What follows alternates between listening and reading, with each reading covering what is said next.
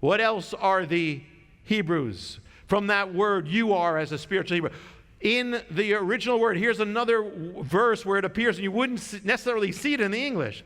And you don't have to turn to it, just listen. Exodus 33, verse 22, Moses is with God on the mountain. And Moses says, you know it, I want to see your face. And God says, you cannot see my face, for no one can see me and live. But it will come about that while my glory is passing by, I will put you in the cleft of the rock and cover you with my hand until I have passed by. Now, what does that have to do with Hebrew?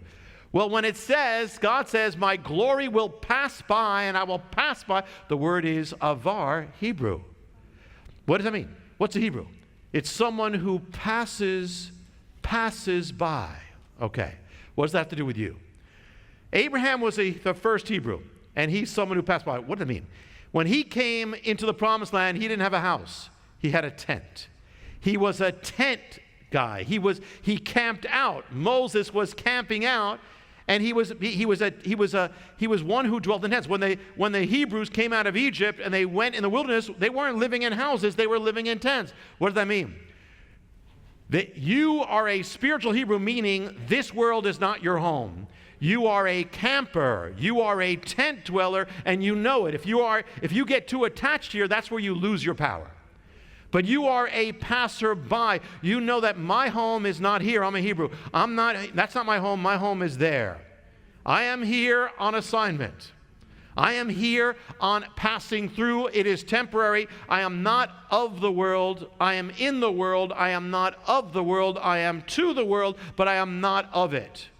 I used to be of it, but then I became born again. Now I'm a child of heaven. I'm a Hebrew. I am walking through this world. I'm not to get too caught up. You're not to get messed up in it. You're not to get too caught up in it. You're not to get overwhelmed by the problems. You're not to get worshiping idols. You're to stay as who you are. I'm a child of heaven. I am a Hebrew. I am passing by.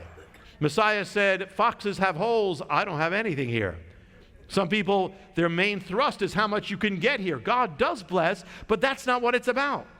We're not to be caught up. We're to let go. We're to stay light. It's not the end of the world. Whatever you're dealing with, don't live in it. You're not of the problem. You're just passing through it. To find out how you can receive more of Jonathan's teachings, to receive special free gifts, or get in touch, go to hopeoftheworld.org or call toll-free 1-800-YESHUA-1. That's hopeoftheworld.org or call 1-800-YESHUA-1. That's 1-800-937-4821. You can also get more at Jonathan Cahn's Facebook page or write us direct at Hope of the World, Box 1111, Lodi, New Jersey 07644, USA.